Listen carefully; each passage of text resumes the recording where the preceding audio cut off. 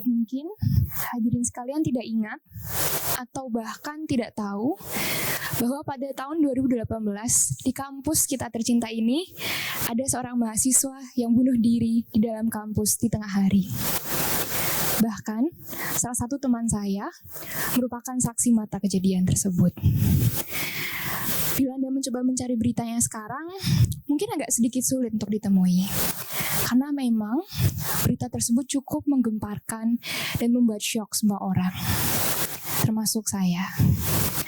Saat itu, saya masih semester 1, saya masih maba. Dan karena kejadian itu, saya menjadi berpikir, jangan-jangan sebenarnya di sekitar saya banyak teman-teman yang menanggung kesedihan yang luar biasa dan bahkan memiliki keinginan untuk bunuh diri. Tapi mereka takut atau enggan untuk bercerita kepada orang lain. Akhirnya saya berpikir, apa ya yang maba ini bisa lakukan supaya tidak ada kejadian bunuh diri lainnya. Saya pun memutuskan untuk membuat sebuah esai dan juga postingan di sosial media.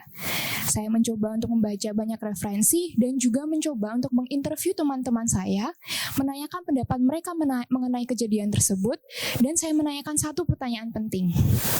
Pernahkah Anda berpikiran untuk bunuh diri? Walaupun sekali aja, atau mungkin hanya sekelibat pikiran tersebut muncul. Dan yang mengejutkan, ada beberapa teman saya yang berkata, iya, mereka pernah berpikiran untuk mengakhiri hidupnya. Umumnya, ketika mereka sedang merasa terpuruk atau mengalami masalah yang begitu berat. Walaupun memang banyak dari teman saya yang berkata tidak. Mereka tidak pernah berpikiran untuk mengakhiri hidupnya. Akan tetapi ada satu hal yang mengejutkan bagi saya setelah melakukan interview tersebut. Karena untuk pertama kalinya, saya sadar saya tidak normal. Karena sejak saya berusia 12 tahun, saya terus-menerus berpikiran bagaimana cara untuk mengakhiri hidup saya. Setiap kali saya merasa sedih, saya lebih baik menghilang aja deh dari muka bumi ini. Karena dengan itu, kesedihan saya juga akan ikut hilang, bukan? Saya sendiri sudah mencoba berbagai cara untuk menghilangkan pikiran tersebut, tapi nggak pernah ada yang berhasil. Sampai saya berpikir, mungkin nggak apa-apa deh kayak gini. Yang penting itu cuma sebuah pikiran, nggak berubah menjadi tindakan. Toh banyak loh orang-orang di sosial media yang bikin postingan, status, tweet. Kalau mereka tuh udah capek hidup, pengen mati aja, tapi masih hidup sampai sekarang. Jadi mungkin nggak apa-apa nggak sih? Sampai saya melakukan interview. Dan ternyata saya salah. Ternyata selama ini yang butuh tempat untuk bercerita, yang butuh uluran tangan dan bantuan itu saya, bukan orang lain. Saya akhirnya mencoba mencari tahu apa sih yang salah dari diri saya. Kenapa sih saya ingin mengakhiri hidup saya? Saya mencoba mencari di internet, membaca banyak artikel, menonton banyak video YouTube, mengikuti forum. Sampai akhirnya saya sadar, saya nggak butuh afirmasi dari internet. Saya butuh bantuan profesional. Di tahun kedua kuliah saya, dengan dukungan dari sahabat terdekat, saya akhirnya memutuskan untuk mengunjungi psikiater. Dan saya didiagnosa dengan gangguan. Siapa kalian? Ternyata selama ini setiap kali saya merasa sedih, itu bukan rasa sedih. Itu adalah bagian dari episode depresi gangguan bipolar saya. Saat itu saya merasa sedikit lega. Oh, ternyata saya memang tidak normal. Oh, tapi ini ada diagnosisnya dan ada cara untuk menyembuhkannya. Tapi saya menjadi bertanya-tanya. Mungkin hadirin sekalian familiar dengan bipolar. Bipolar umumnya ditandai dengan adanya dua episode yang khas, yaitu depresi dan mania. Satu orang kan? Mania umumnya ditandai dengan ada peningkatan. Hingga saya berpikir, jangan-jangan kalau selama ini kesedihan saya adalah depresi, bagaimana dengan kebahagiaan saya? Jangan-jangan itu hanya bagian dari episode mania Kita yang saya. milih aja. Lebih cepat. Atau bagaimana dengan emosi saya yang lain ketika saya merasa Sama ini. takut, Berarti sedih, aku mau mature marah, lagi ya. Misalnya kamu kasih nanya, sayang. berarti pertanyaan tuh Apakah boleh itu kita ajukan benar-benar saya ketika sesuatu merasakan kita. sebuah emosi? Atau itu hanya bagian dari gangguan bipolar saya? Satu orang untuk hidup Apakah saya betul-betul pernah merasakan sesuatu? punya speaker kan? Oh iya. Tapi bukan. Akhirnya saya mencoba mencari lebih tahu lagi. Oke, apa itu bipolar? Apa sih yang terjadi pada diri saya? Ternyata bipolar ini mungkin cukup sering disalahpahami oleh banyak orang. Kadang kita berpikir, oh bipolar itu moodian, sensian, tiba-tiba senang, tiba-tiba sedih. Tapi nggak sesimpel itu.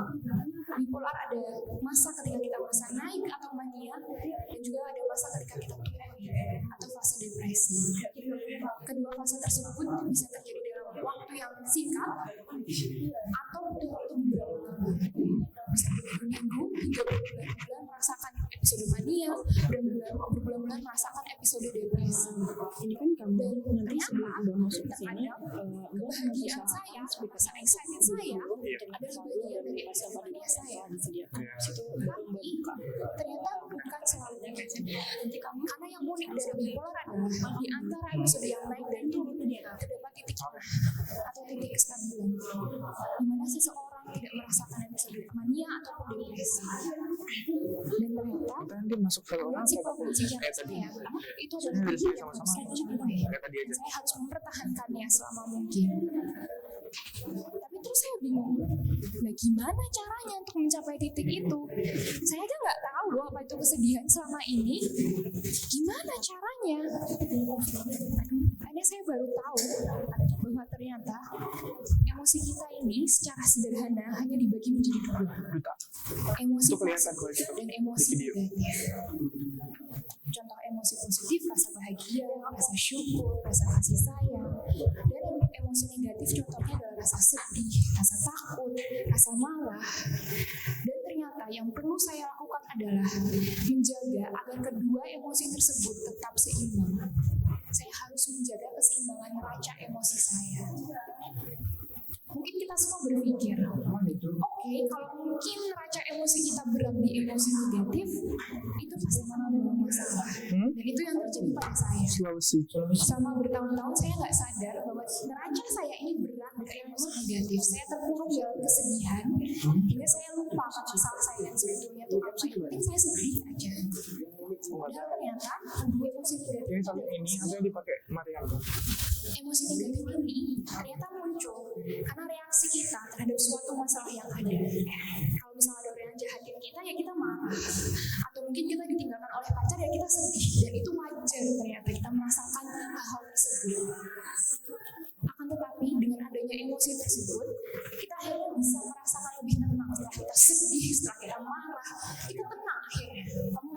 Dan setelah tenang, akhirnya kita bisa berpikir lebih jernih dan menghadapi masalah yang turun semuanya.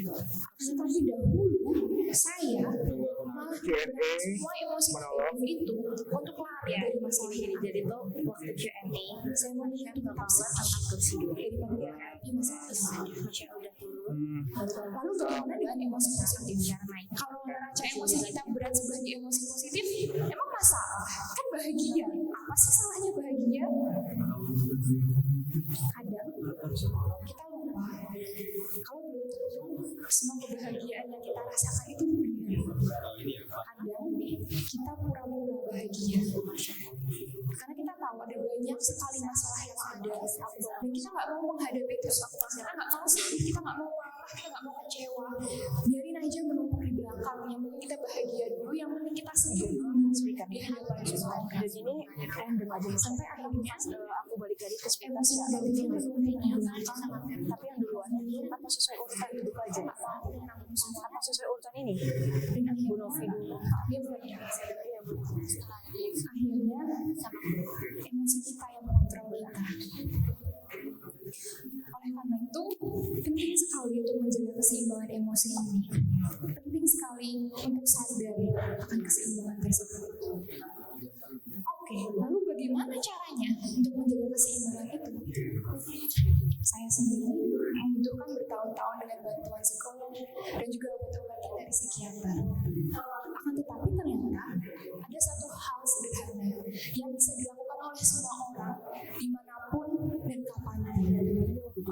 Hal ini disebut dengan sekitar selesai, silakan reflect apa mereka udah connecting untuk langsung aja.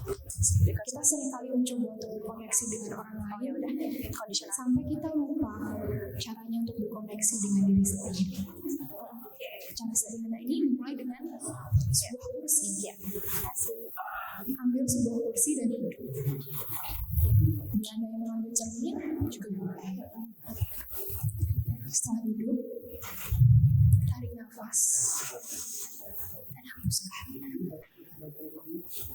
Lalu bila Anda berada di depan cermin, maka lihatlah tampilan diri Anda.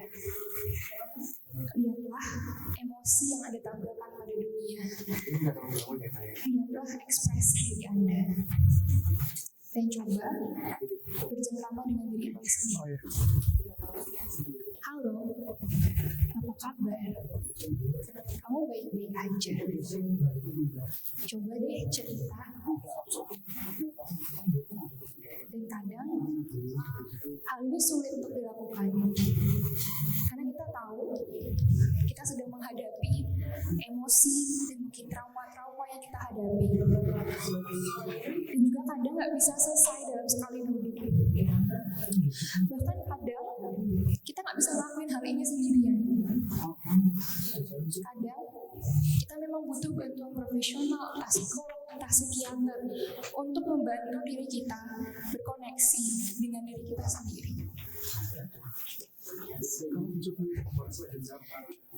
Saya berada di sini karena bertahun-tahun menghadapi emosi diri saya sendiri yang tidak bisa saya atur.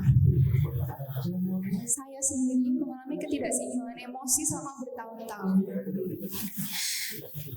Tapi saya bisa berdiri di sini karena bantuan dan dukungan dari teman-teman terdekat saya yang mendukung saya untuk mencari bantuan.